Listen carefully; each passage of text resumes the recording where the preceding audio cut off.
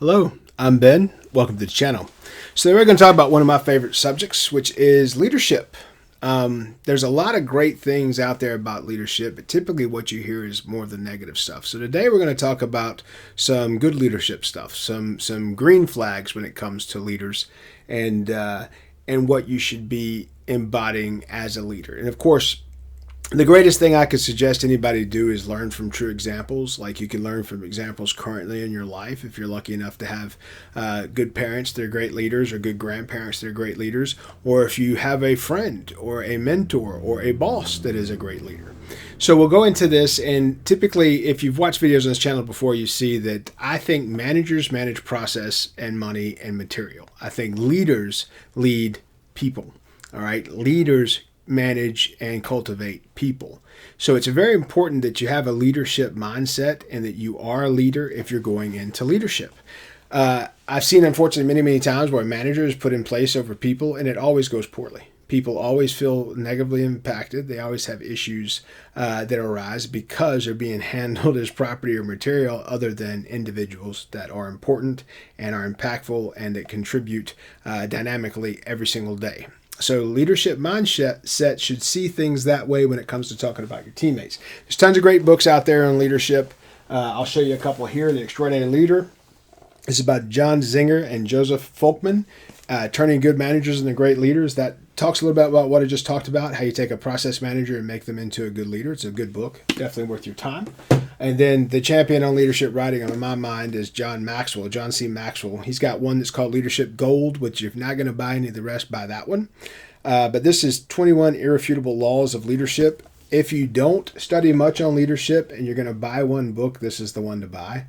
When you go through this, it gives examples and tells you case studies around people that are in leadership, and it's going to help you prevent things from happening, but it's also going to help you identify some things while they're happening, okay? So get this one if that's the case, Laws of Leadership. Pretty great book. And then if you're new to this thought process and you don't know where to start, here's another great reference. This is John C. Maxwell, Developing the Leader Within You. And at the time that I bought this book, it says over 500,000 copies sold. I'm sure that's over 1 or 2 million at this point, but that's what that looks like. So any of these books, and guys, that's the other thing. As a mentor, that's why I do this channel. My expectation is to be a mentor to those that don't have it. When I grew up, I had great mentorship. There were periods of life where I did not. So I got into books at that period of time. I would suggest that for everyone, because if you want fulfillment in what you're doing, and if you want to know that you're doing the right thing, there's great books to look at to get that wisdom and support. Marcus Aurelius' Meditations is one I recommended often. The King James Bible is one that I recommend often. Whether you're Christian or not, the King James Bible, the book of Proverbs, will give you wisdom that's been handed down for millennia. And it's worth taking a look no matter what your situation is. And if you are a Christian and you're not reading your Bible, you're not reading Proverbs, you're stacking stuff up against you, you don't have to. And as a leader, anytime you can reset your mind and get additional wisdom, and also as a leader, your expectation should be that you're cultivating other leaders, which means your team is growing and they're getting better. And if your team is growing and getting better, then you have to as well, because you can't let them catch up with you. You have to keep expanding your knowledge so you can keep expanding theirs. That's the expectation of the job. And when it comes from strategic planning and some of those other things, team building and cultivation should be an active part of your strategic planning if you're a business owner. So if you're a business owner, you're an entrepreneur, you have a small team, then you are a leader. So don't be a manager, cultivate yourself into a leader. And we're going to go through here 12 top leadership green flags. This will be the thumbnail of the video. It should be a pretty quick video, but this is a subject that I love talking about. I love teaching on. I love mentoring, because leaders are the people that impact the world. And here's the point. Everybody that gets up in the morning and goes to clock into a job somewhere and goes to do something, they have an expectation of what that's going to be like. And here's the point. You spend a lot of time at work. You should enjoy what you do no matter where you work. You should enjoy that period of your life. It shouldn't be where you go in and you're in a negative place for 8 hours a day, and then you go home and you recycle and you do that the next day. You do that the next day. You do that the next day. When you do that, you end up in an ungrateful mindset with an ungrateful attitude. I love getting up every day. The impact I can have on teams and improve businesses is what gets me up in the morning. It's what motivates me. And granted, there's bad days, and I'm in operations. As a consultant, as a professional, I'm in operations, and I tell people all the time, if something is not going wrong, you're not paying attention. That's leadership. In leadership, you have to be stoic in your responses because it is what it is. Once you see what it is, it's too late. It's already there. It is what it is. Now all you can do is improve your situation from what you know now and to where you're going to be tomorrow. So that's the key point about a leader is you have to be resilient. You have to expect things to go wrong because that is the act of life. So if you think about that just from a psychological standpoint, from the day we are born, we are dying, right? From the day something is built, it is decaying. So every single day you should expect something to go wrong. It takes energy and effort to upkeep all the things in your life, including your life. That is a big part about being a leader is you have to have that knowledge. You can't get short. You can't get tired on those times. You want to take time away to get short and get tired and have those issues so you can recover the way you should. I did a video on 7 types of rest earlier. If you do have issues recovering, take a look at that video and maybe that'll help you with some of your recovery cycles and speed that up so you can get a more fulfilling recovery, but also respond and recover more rapidly. So let's get into this 12 top leadership green flags. Number 1 is they take an interest in you and your life outside of work. I agree with that to a point, but I do think just like there should be a separation between church and state, I think there should be a separation between the individual and the job that they work. If you live a career, even if you own a business, you live that business. Your expectation in your mind is I'm going to retire from this business, from this job, from this position. That should be your viewpoint. Because if you're viewing it that way, then you're going to put forward your best effort every day because you're going to go back in this tomorrow and have to do this again. So you want to make sure that everything you're doing it the right way the first time so you don't do any rework, any waste there. But you're also doing it in a way that you're completing a goal and celebrating wins with your team, which keeps that positive attitude and that positive mindset moving forward.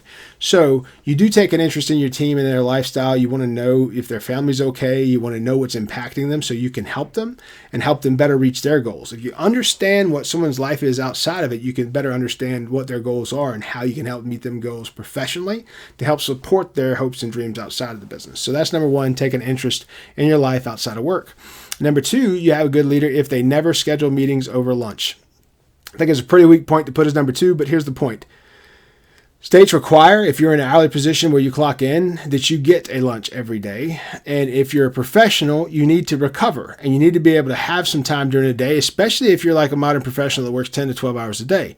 You need to take at least an hour during the day to check on your family, to check on your personal issues, to call your attorney, to call your accountant, to do whatever it is you need to do professionally. Go to the drugstore, get whatever you need to get, right? Go to the grocery store, get something for that evening, whatever that may be.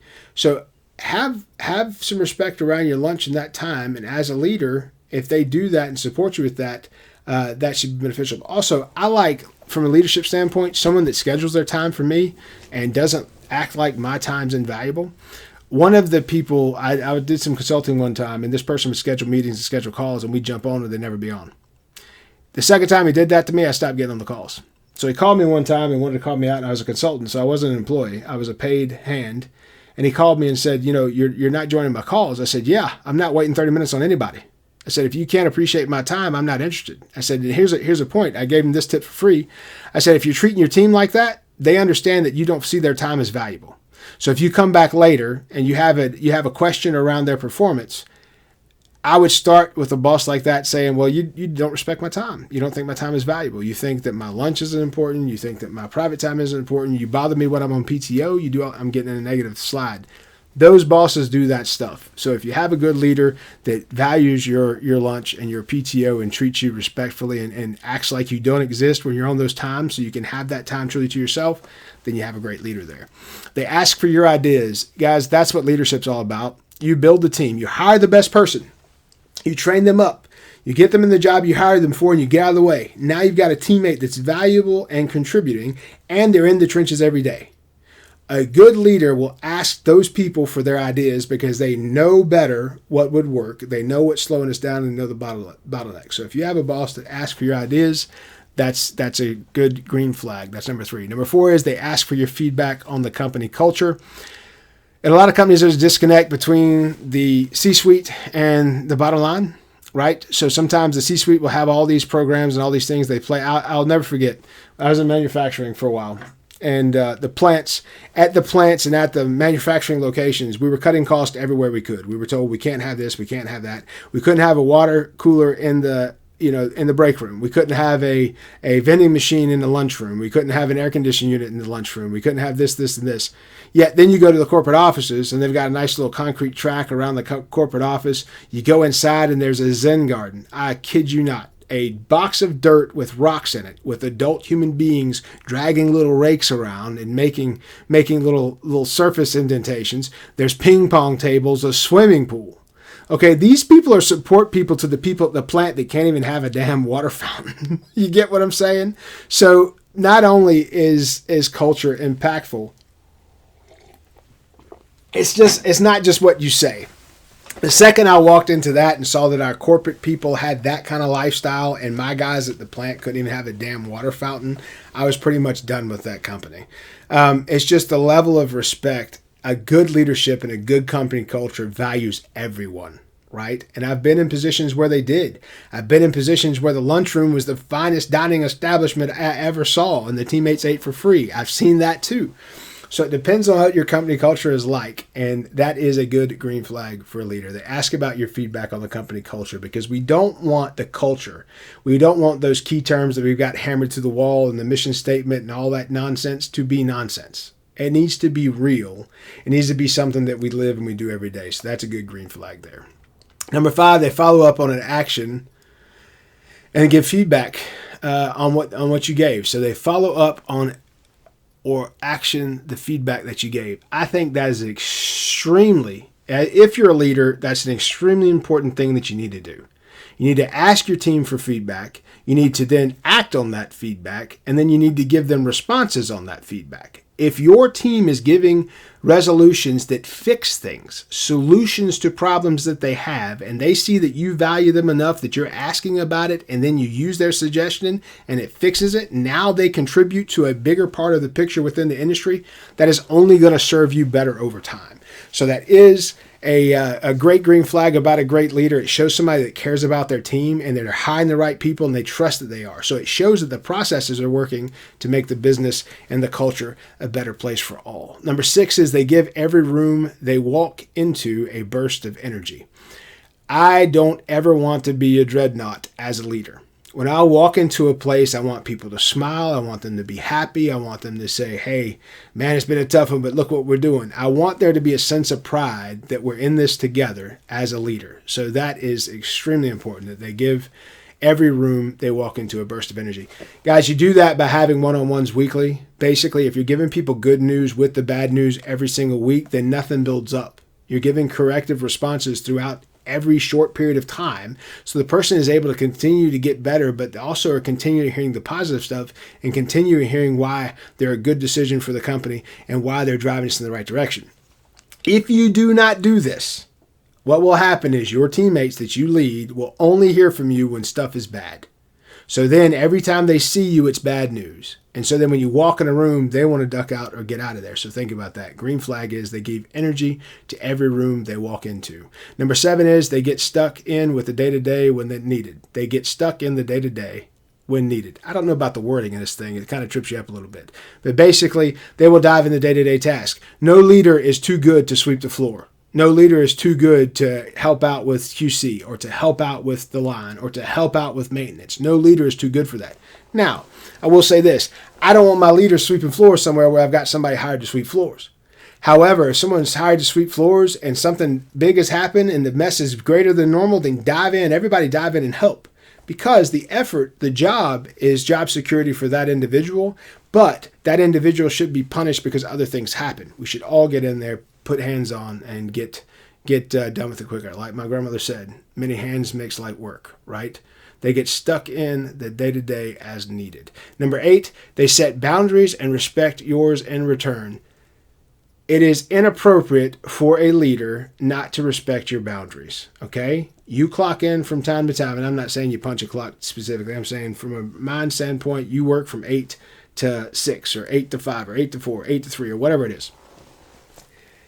When you're clocked in, those boundaries should be respectful of your time. Meetings should go as scheduled. Lunches should be respected as scheduled. PTO should be respected as scheduled, etc., etc. If they do that for everybody on the team the same way and show no favorites, then you have a good leader. So that's a good green flag. Number 8. Number 9 is they praise in public and discipline in private. This is the only appropriate way to do it unless something is egregious. Okay? So if they praise in public, that's fantastic. Celebrate the wins, and that momentum from them celebrating your win might have someone else do something great, so tomorrow we can celebrate their win. It's addictive. It's a positive thing to do. Discipline in private. Absolutely. What you did, you didn't do from a personal standpoint unless it was egregious. That means it's a time to fail forward. Another great leadership book. It's called Failing Forward by John C. Maxwell. I have his whole collection right here, basically. It shows you that mistakes aren't the end of the world, and the only way we learn is mistakes. So that piece around discipline in private, that does make sense, and that should be what's done. It is appropriate. Unless something is egregious. So if there's something that's putting you in danger or it's breaking the law, then that can't wait to a private time. That's got to stop right now. And I always say to people, if you don't address what you just saw, you just approved it. So addressing something, if you don't address what you saw, you just approved it. So if there's an action that's a safety action, etc., that's the only thing that I would say around a discipline standpoint that should not be done in private, because urgency may require that it be done in the moment. So number 9 is a good green flag. They praise in public and discipline in private. Number 10 is they are transparent about their plans. Absolutely. I like working for leaders that let me know the whole picture so I can tow the rope as heavy as needed. Okay? You're going to have bosses that won't share anything with you. And then you'll do rework, and you'll have to do things multiple times because this person's understanding is different from yours. And you actually may have understanding to make the process easier and faster for all involved, and more appropriate, more ethical, more, from an energetic standpoint, may actually be more efficient. But they won't let you know what's expected. Now, as you move up the ladder, certain leadership expectations are a little bit more strategic and have to be under thumb, but you should have a true transparent view of the picture and understanding of what it looks like. So that is a good flag. 10, they are transparent about their plans. Number 11 is they share rewards of the business's success. Absolutely. That one doesn't need a whole lot of going into. Profit sharing sometimes. Lunches are good, but it can't always be lunch. Sometimes a Christmas gift each year. I used to do turkeys at Thanksgiving and hams at Christmas. And somebody used to say, well, what if, because those are holidays I celebrated. And if somebody else wanted to celebrate another holiday and do something with the team, I would do that too. Cinco de Mayo in Texas, we always had tacos and had a really good time with that in Texas because a lot of the local culture there celebrate Cinco de Mayo. So it depends on what's going on there. They should share rewards of the business success. So if you've had a great quarter, do something for your team. Think about the great quarterbacks of the NFL. And I just think about this. I'm not an NFL fan, but I do celebrate individuals that have it together. Peyton Manning, when he won his first Super Bowl, bought all of his linemen Rolex watches. Those linemen would never buy Rolex watches for themselves, most likely, because they don't make what he makes. But that just shows how he felt with the team. It's a business success. He's a quarterback professionally, and he gave back to his team. Something great about that. A company, like I worked for a firearms company for quite a while, and they would give me product, and that was pretty cool. And I worked for a couple of businesses. What better way to have a raving fan about your product than one that works for you and already does the things that you need done every day, than to get the product and celebrate that. So that's something great, especially like food industry. I had a friend that worked for Nabisco, and in his cabinets, they gave him stock of this. Basically on Fridays, their teammates got all this stock that they could take home.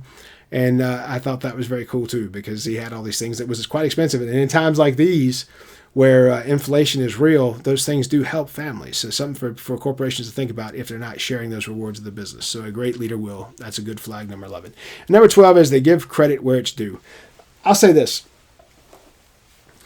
One of the worst things about bad bosses is that they take credit for good ideas and forget where it came from. Okay? I always cite the person that I got the idea from if I'm using something. Give credit where it's due. It goes back to that thing we said earlier.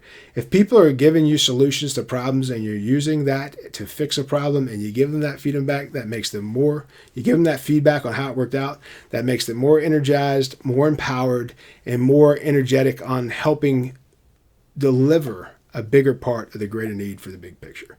So these are some great suggestions. Top 12 leadership green flags. Reference books that I mentioned were Failing Forward, John C. Maxwell. Developing the Leader Within You, John C. Maxwell. The 21 Irrefutable Laws of Leadership, John C. Maxwell. And the last one is The Extraordinary Leader, Turning Good Managers into Great Leaders by Zinger and Folkman. If you enjoy content such as this, please like and subscribe. I'm Ben. Be good.